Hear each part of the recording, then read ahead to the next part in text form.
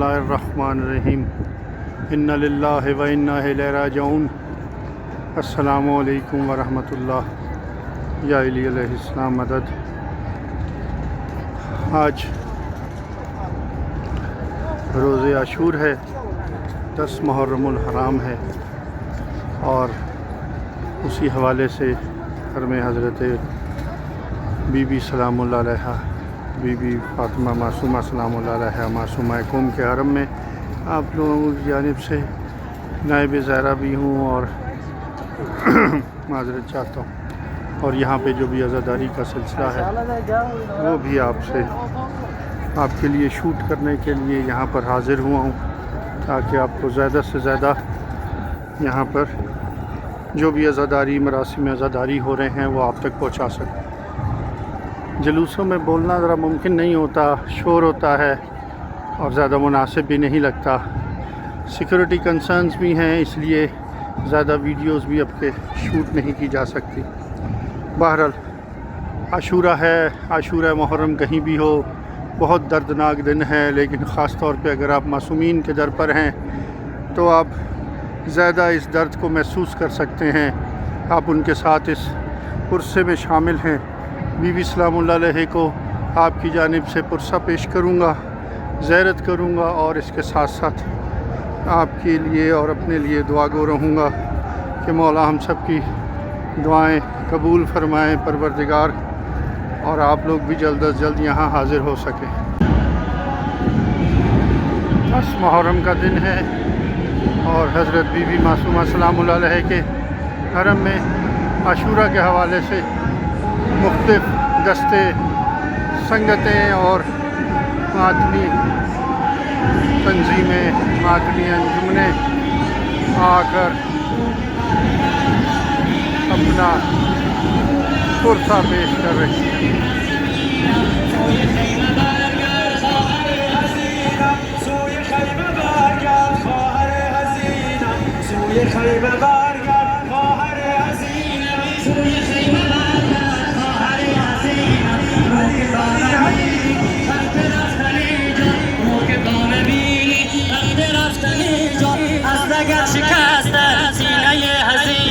سوی خیمه برگرد خواهر عزیزم، سوی خیمه برگرد خواهر عزیزم، سوی خیمه برگرد خواهر عزیزم، سوی خیمه برگرد خواهر عزیزم. قسمتی من و تو از ازل چنین شد، قسمتی من و تو از ازل چنین شد، تو بلا کشیدن من بلا نشیدم، تو بلا کشیدن من بلا نشیدم، سوی خیمه برگرد خواهر. تقدیر و تشکر میکنیم از حضور جوانان پرشور افغانستانی‌های مقیم قم. سپاسگزاری میکنیم از حضور شما رهبر محترم ملیت و بعضی فرمین عزیزان رو با همین نظم و ترتیب هدایت بفرمایید به سمت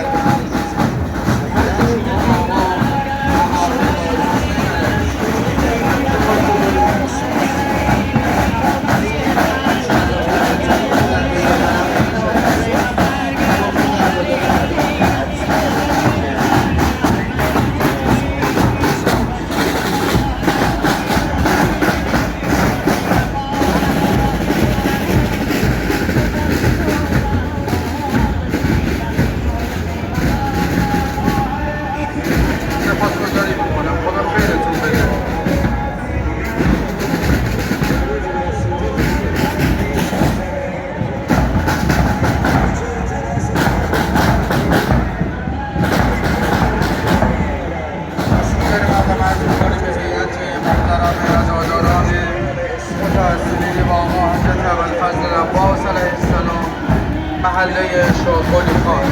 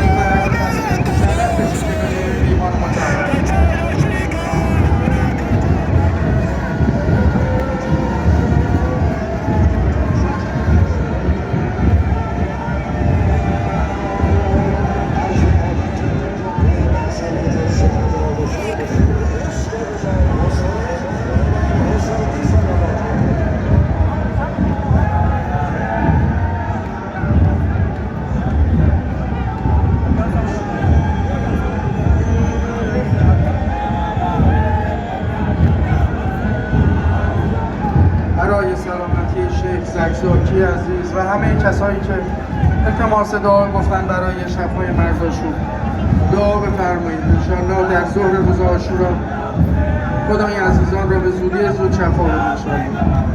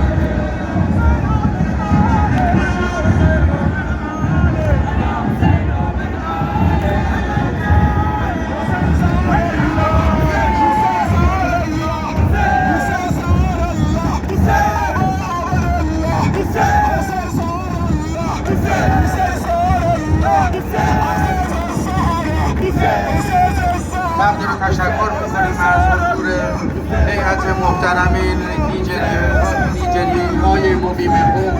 سپاسگزاری میکنیم از حضور شما عزیزان. فضل محبت بفرمایید.